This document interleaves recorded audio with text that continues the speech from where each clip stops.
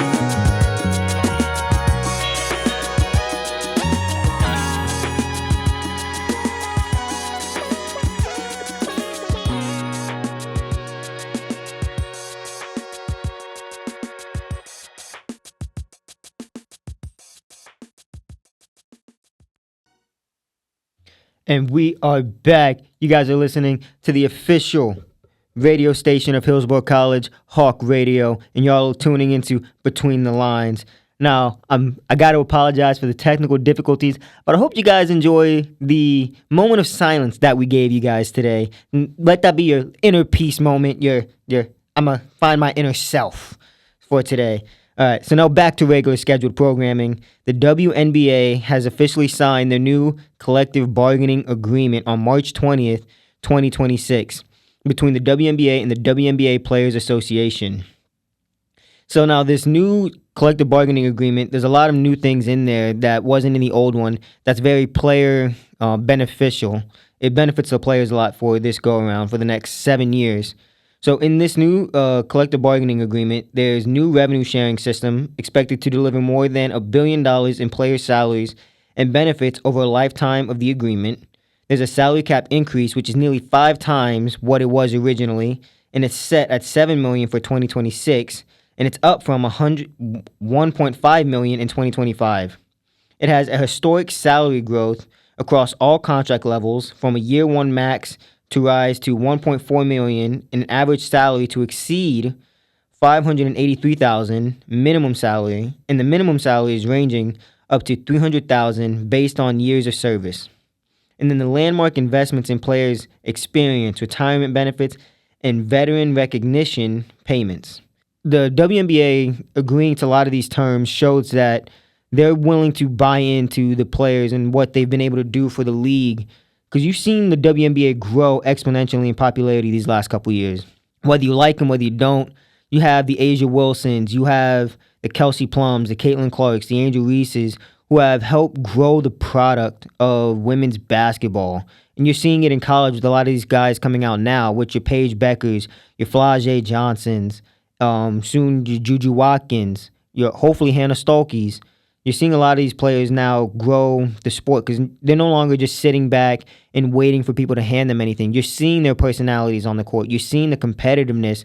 Unlike the NBA, the WNBA likes to play defense a little bit. And you're seeing the competitiveness. You're seeing the competitive fire within these girls' eyes. And they're no longer sitting back saying, hey, we'll wait for you to give us these opportunities. They're going out and they're gaining these opportunities. They're getting more advertisements. They're getting the money they deserve. And with the revenue sharing, now they'll get a bigger portion of jersey sales, game sales. So you're seeing a lot of these now come to the players' pockets, and you're seeing how the WNBA's players, how their effect or their contributions to the league is now being rewarded. The WNBA President's Association president has said, we've always believed that as this league grows, the players who power it have to grow with it, and we're proud to see that belief shared. Now, the WNBA Players Association president is Nneka Ogwumike. Hopefully I'm saying her name right. But with her quote is saying, basically, the players have always believed as the players grow and the league grows that it should be a mutual thing, right? The league grows, the players grow with it. The players grow and the players get better. The league needs to come along for that ride. And she's happy to see that it's not just the players now who believe that, and it's not just the fans who believe that, but now the league is coming along with them and they're seeing the fact that the popularity of the WNBA is changing from when it was your Dawn Staleys and your Cheryl Millers, from that generation of your women's basketball players, to what you're seeing now, where they're drawing in, I think in the 2025's playoffs, they had like 1.5 million viewers, which is insane compared to what it was previously, where it was just hundreds of thousands. Now they're breaking a million viewers. A lot of that can be contributed to your Caitlin Clarks, your Angel Reeses, your Asia Wilsons.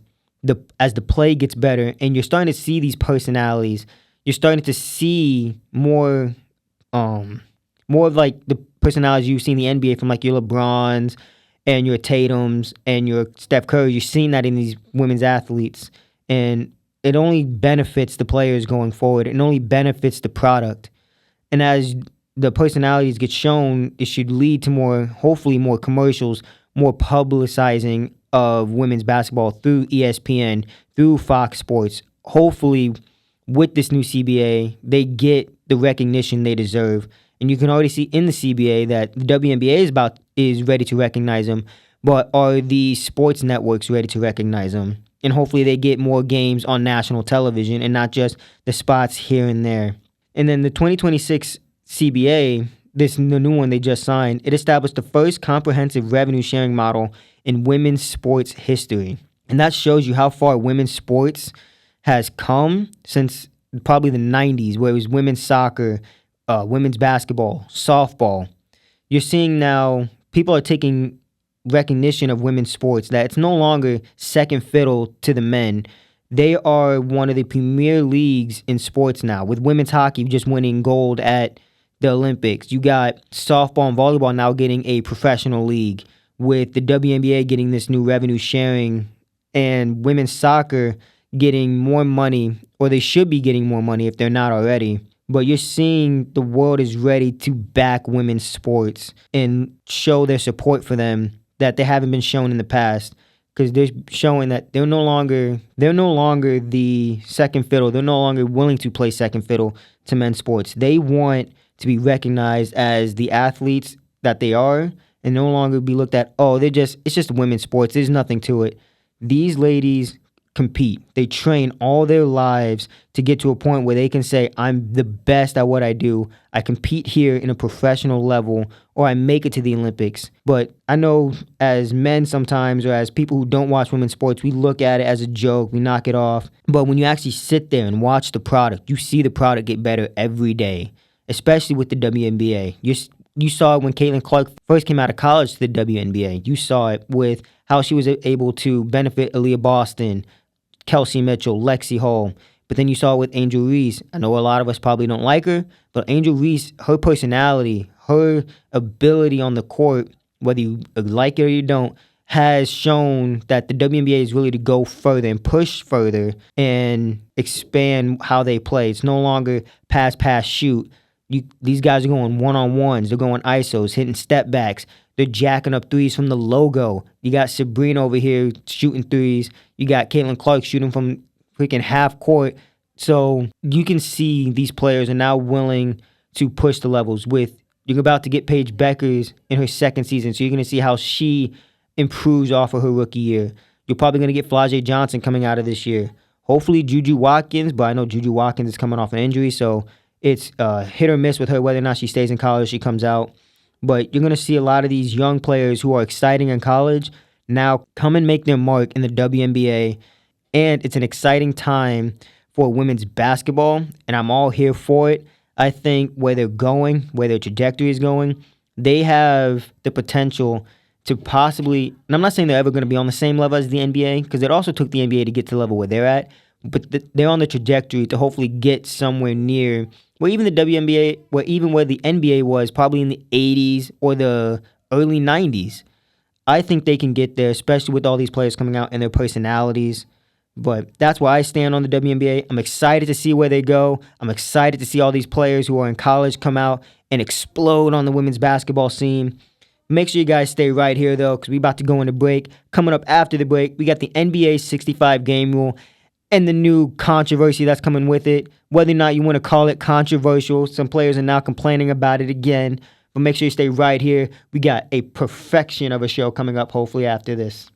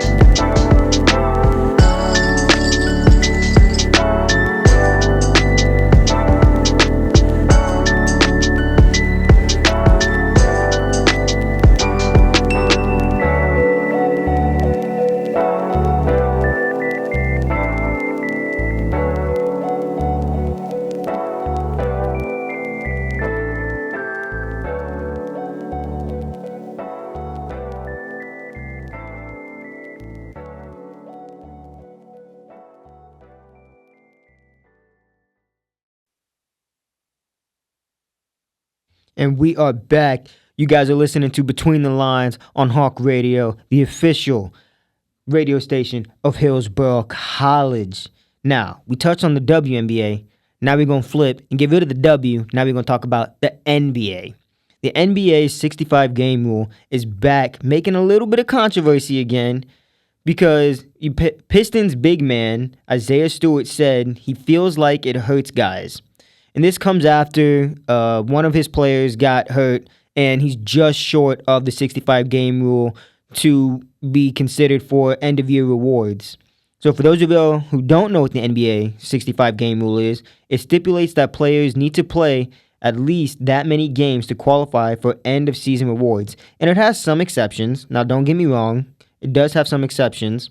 But the rule... Now, let's take a look at why the rule was first implemented, right? So the rule was first implemented back a couple years ago when the NBA had a load management problem. Now, for y'all who don't know what load management is, it first really became a thing when Kawhi Leonard went to the Clippers. No, not to the Clippers. He went to Toronto. And he would pick and choose what games he wanted to play, and so he could be healthy for the playoffs. So if he was healthy one game, but he just didn't want to play, he didn't play the game, he didn't even show up. And then LeBron started doing it. A lot of your big name players started to back out of games, and it could be high profile games, it could be not high profile games. They would pick and choose willy-nilly what games they would play, be it whether they were healthy or not healthy. And so the NBA, to combat that, implemented the 65-game rule and said, look, if you don't play a minimum of 65 NBA games, regular season games, you will not qualify for end-of-year awards like MVP, Defensive Player of the Year. And the rule doesn't apply to awards like Sixth Man of the Year, Rookie of the Year, All-Rookie, or Clutch Player of the Year. And so it doesn't apply to those awards. And I can see why, because rookies might not always get to play at least 65 games. And same thing with your Sixth Man of the Year, won't always probably get to play 65 games throughout the year. They might get a game here and there, but that's why they're the sixth man, right? And then a game for the NBA is considered a game is which a player plays at least 20 minutes. And a player is granted a max of 2 additional games, which he logs at least 15 and fewer than 20 minutes, right? So you have to play at least a minimum of 20 minutes for 65 games. And you can have at least 2 additional games of 15 or less than 20 minutes. So there are, like I said, exceptions to the rule. Obviously, if you get hurt after the 65 games, like a season-ending injury, they take that into account. But again, the rule was implemented because a lot of these guys would sit out, pick and choose. Oh, I don't want to play this game. I want to play that game. So I'm just not going to play. The NBA needed a reason, or not a reason, but the NBA needed a way to tell guys, look, we're not just going to sit back and let you guys run this league, right? So I'm all for the 65-game rule because these guys are getting paid millions of dollars. Why are you picking and choosing what games to sit out? Fans pay to come see your star players. They come to see your LeBrons. They come to see your Steph Currys, your Kawhi Leonards, your James Hardens, your Jason Tatums. And for these guys to say, nah, I don't want to play. Like, really? Now, and so players have come out in the past and said, oh, that rule is stupid. I shouldn't have to be forced to play 65 games. And so I know people don't like comparing generations, but let's compare generations a little bit, right? Back in the 90s, guys would die to play all 82 games. Your Michael Jordans, your Larry Birds, your Magic Johnsons, your Kobe Bryants, your Hakeem Olajuwons, all wanted to play all 82 games. Now, personal opinion, I do think 82 game season is long, especially with these guys are being a lot more explosive, a lot more fast. But it's you either play all 82 games or they need to shorten the season. But I don't think guys should determine, what games they should and should not play in just off of personal preference. These guys are getting paid hundreds of millions of dollars, and so owners are expecting you to play. So for you to sit there and say, I don't want to play, but I'm healthy, I think is a cop-out, and you're cheating the fans at that. And so another stipulation to this rule is a player will be considered awards eligible if he plays in at least 62 regular season games and then suffers a season-ending injury, provided that prior to suffering the injury, those 62 to 64 games represent at least 85% of his team's regular season games. So they have to play, if they get hurt before the 65 games, they have to play in at least 85% 5% of their team's games. So they can't miss a lot of those games before if they have a season-ending injury. Again, stipulations, right? You shouldn't be missing games if you're healthy. But I can understand if you're hurt or if you're not healthy, then okay. But if you're healthy, you're fully ready to go, you to just sit out, at that point, you shouldn't be considered for an award. Why should I give you an award for choosing to sit out? Oh, I'm going to pat you on the back? No. You didn't live up to your end of the deal, your end of the bargain, and play the games I'm paying you to play. Why should I, in turn, give you an award like MVP or Defensive Player of the Year in return of you half-assing the season and playing half the games just because you didn't want to?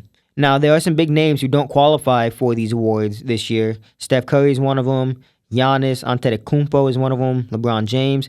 They won't qualify for end-of-year rewards at the end of the season, like MVP, Defensive Player of the Year, first-team All-Pro, second-team All-Pro. And so when you look at that, you see that these guys, they're taking load management and they're putting it on this marquee of, oh, this is how you win championships.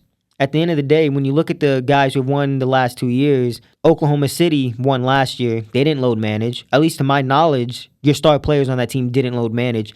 They grinded it out and they won. The team before that, your Boston Celtics, they won. They didn't load manage. Guys only missed games if they were hurt. Tatum and Brown were always trying to be on the court because they gave their team the best chance to win. You see these guys now, like LeBron James, like, I don't even think Steph Curry does it, but your big names, your Kawhi Leonard, your James Hardens, your Joel Embiids, they're sitting there and they're not even wanting to play. They want the easy way to a championship. They want to miss games here and there and then get to the playoffs and win, but then they also want the award. I don't know about you, but for me, whenever I half-assed anything, I don't get a reward for it. I get told, hey, look, you didn't live up to your end of the deal. I'm paying you a max contract. I expect you to sit here and play, or at least attempt to play, all 82 games. Now, if you're hurt, it's a season-ending injury. I get it. I got it. But if you're completely healthy, you should not be sitting out games. I think Kobe Bryant said it the best when he was asked about why he played hurt. Because if you remember, he once broke or dislocated his finger and he just wrapped it up. He tore his Achilles, but he still managed to shoot his free throws before walking off the court. People asked him, and obviously people are going to say, oh, it's the Mamba mentality, it's all that. But at the end of the day, he would say, it's for the fans. The fans work hard for their money, and they're willing to spend it to come see me play, come see me show out. Why am I going to cheapen what I do for them spending their hard-earned money? And I think that's a great example of the older players and their mentality for the game. Fans are spending their hard-earned money that they earn through the week to come and pay for a ticket and watch these guys play.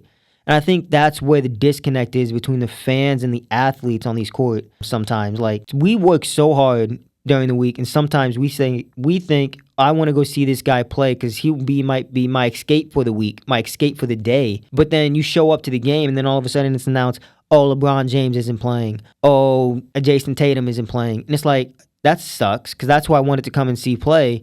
But now I can't because they decided this game isn't important enough for me to play and for me to go out and bust my butt for these fans out here playing, right? But I think the 65-game rule is needed.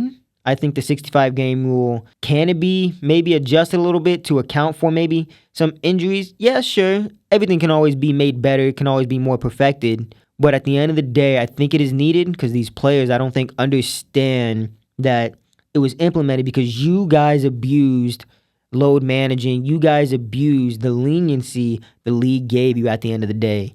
And until they learn that, until they conceptualize that, I don't think that they'll get any better. So if they take the rule away, I think it's going to go back to where it was a couple years ago with guys picking and choosing what games they want to miss, what games they want to not play in. And I think that's a bad precedent for the players. It's a bad look for the league. It'll already tank a lot of the ratings that they're trying to maintain now, which are in a great spot. But that's how I feel about the 65-game rule. I think it is needed. Do I think it can be better managed or tweaked a little bit to be a little better? Yeah, sure. But that's how I feel about the rule. Agree, disagree, let me know. But make sure you guys stay right here after the break because we're going to talk about the WBC Finals, World Baseball Classic Finals. USA versus Venezuela. Make sure you guys stay right here because we're going to step on the diamond right after this break.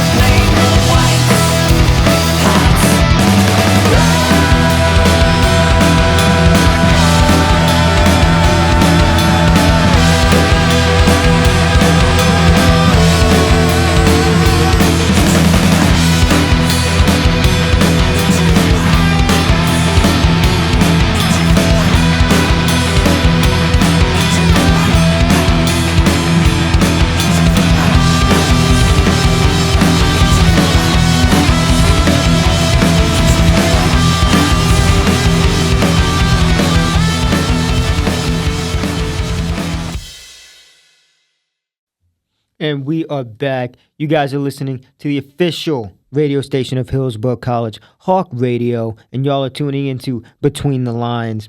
Now, we're leaving the basketball court behind. Now we're going to step on the diamond.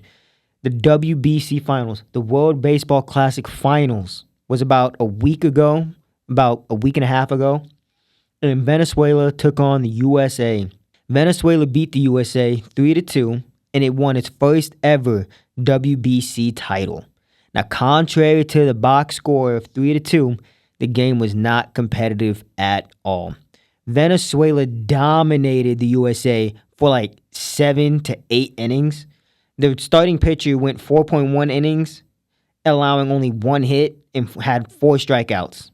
The Venezuelan defense and the pitching just completely dominated the USA's lineup from the first batter to the end of the batter.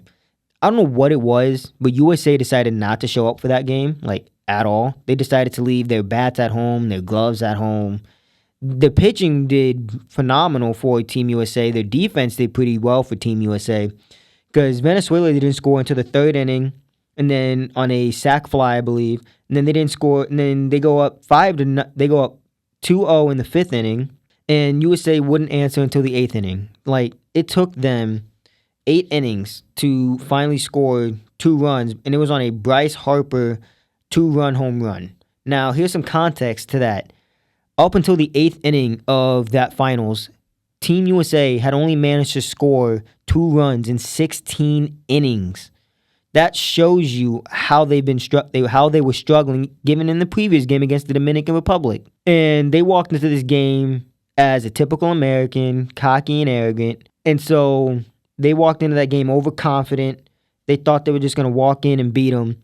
Now, mind you, they barely beat the DR. They beat the DR on a controversial call, on a final call that should have been a ball, but they called it a strike. Then they go into this game thinking they're probably going to win and clean house.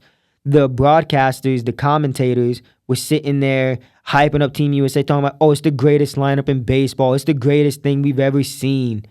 And they got pwned. They got owned by Venezuela. Venezuela, they had in the game, offense had 3 runs, 6 hits, 1 home run, and a stolen base to USA's 2 runs, 3 hits. USA had 3 hits in 9 innings of baseball, 1 home run, and 0 stolen bases. Venezuela showed up and said, look, we run this. And you saw the writing on the wall when Venezuela took DR back during, I want to say, was the pool play in their final game. You saw what a Dominican Republic Venezuela finals could look like. That would have been so fun to watch because you would have saw them joking, having fun, but also being competitive, right? You didn't get that with Team USA versus Venezuela. You didn't see any of the fun, joking, camaraderie in a competitive game. You just saw, granted, the game was kind of boring in itself to watch because low-scoring game, nobody was having fun, joking, there was nothing.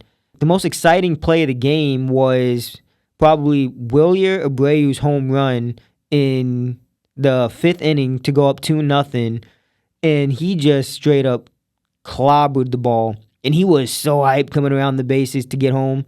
And then, again, you had a lull between the 5th inning to the 8th inning when Bryce Harper finally decided to show up for the game and hit a 2-run home run to tie the game at 2-2 in the 8th inning. And then we go into the top of the 9th, and then Venezuela hits a 1-run double. The guy comes in from second to score, and your batter gets a double. Now, to go up 3-2, with USA still having a chance at the bottom of the 9th to answer. And Team USA didn't. They've done what they did all game long, done what they've done really all WBC long, and not show up. They barely showed up against the DR. They barely beat Canada. They lost to Italy because they decided, oh, look, we're going to party. We're not going to take Italy seriously. And so it showed how their mentality was going into this game. It was piss poor. And Venezuela showed what some fun-loving competition can do. They enjoy the WBC. They attacked the WBC like they should have, right? They took everybody seriously, and they showed up, they showed out, and they continued to win. They beat Japan. They beat USA. They took DR to the 9th. Venezuela showed everybody that Venezuelan baseball runs the WBC this year, like Japan did last year and going forward. Now, here's the thing. This WBC, this is a precursor to the 2028 Olympics, right? Because we got the Olympics coming up. And Venezuela was able to run the table at the WBC. My question is, can they run the table again when they go to the 2028 Olympics? Because you're going to have everybody coming back, hopefully healthy. You're going to get a full healthy Japan, a fully healthy USA, fully healthy DR. We'll see if they can run it back and prove, hey, we still run this. That WBC title wasn't a fluke. That'll be the icing on the cake if they can go and win a gold medal in baseball here in about 2 years.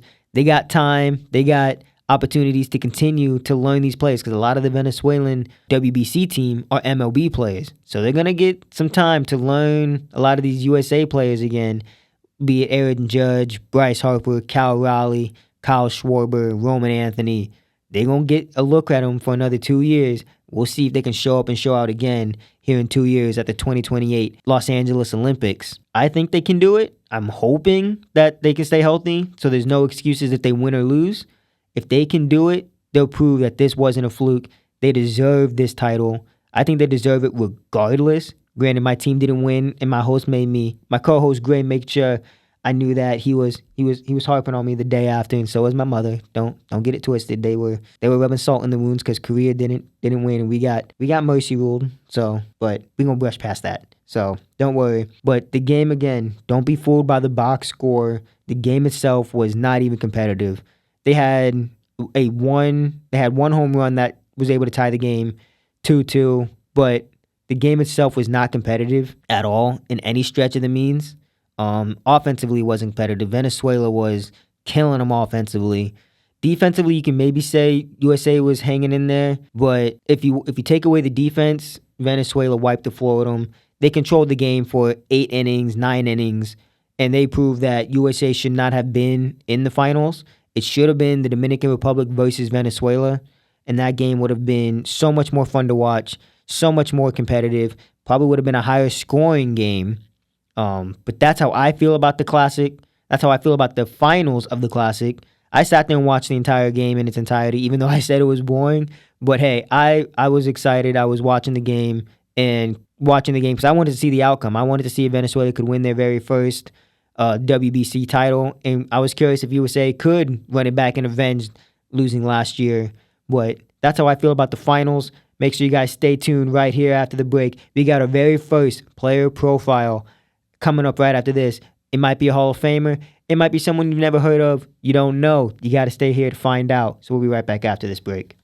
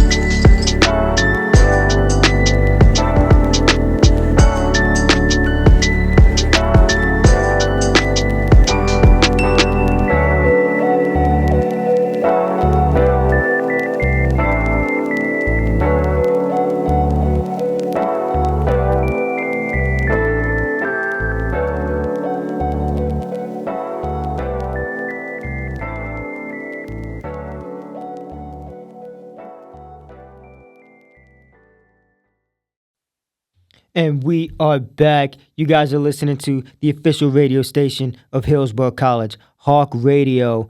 You guys are tuning in to Between the Lines. Now we're going to stay on the diamond because now we're going up to the mound.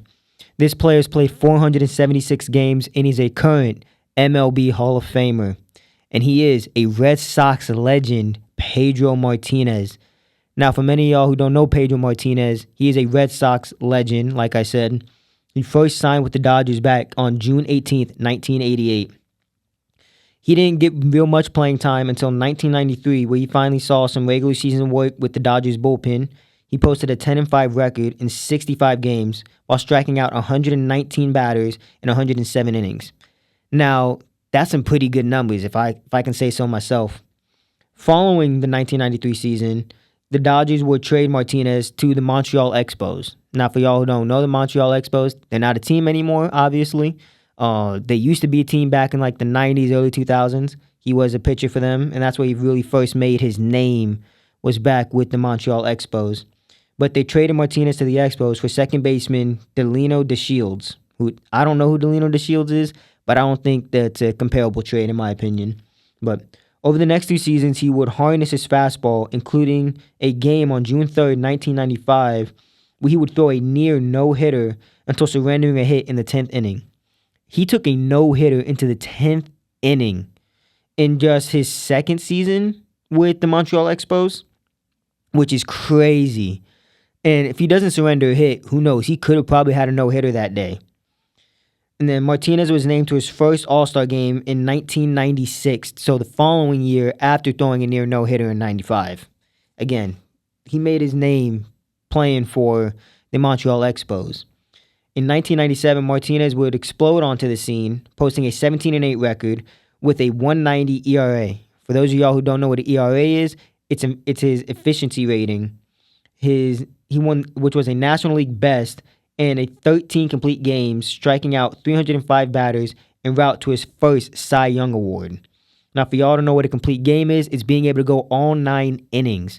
So he threw 13 games where he went all 9 innings, something you rarely see even in today's game. And those of y'all who don't know what a Cy Young is, it's a reward that goes to the best pitcher in that league that year.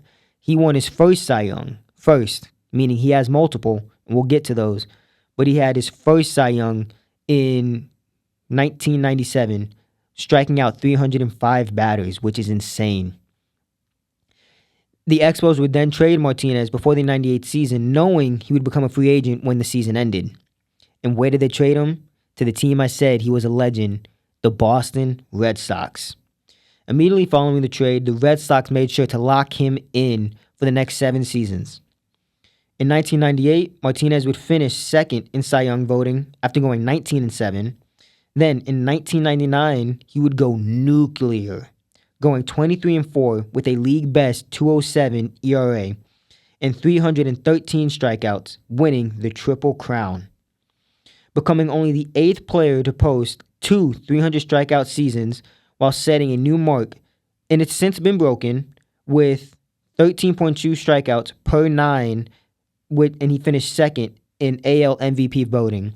For those of y'all who don't know what strikeouts per 9 is, it says how many strikeouts a player can throw per 9 innings of a game. He averaged 13.2 back at that time. Now, that record has since been broken, but think about that. At that time, Pedro Martinez was averaging 13 strikeouts per 9 innings. Unheard of at the time. And then in 2000, he would follow up his 99 masterclass with another, going 18-6, throwing a 1.74 ERA and 284 strikeouts.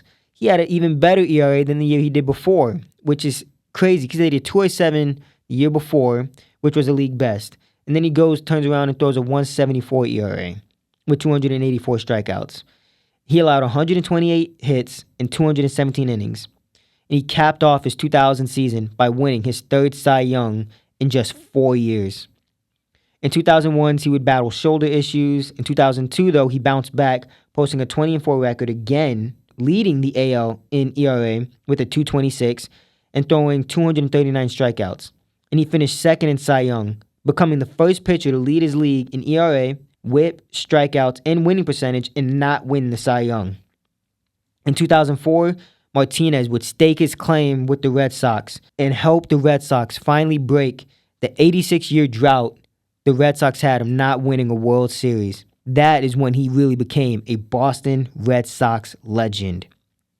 Pedro Martinez will forever be a Red Sox legend. He will forever be an MLB legend. That has been today's show. We're going to step out between the lines today. Make sure you guys come back next week. Gray should hopefully be back with me next week. But hopefully today was a great show for y'all. I apologize for some of the technical difficulties. But again, that was just y'all's piece of quiet for today. Hopefully you guys enjoyed it. But hopefully you guys have a real nice day for the rest of your day. That's been me for today. All right, peace. We out.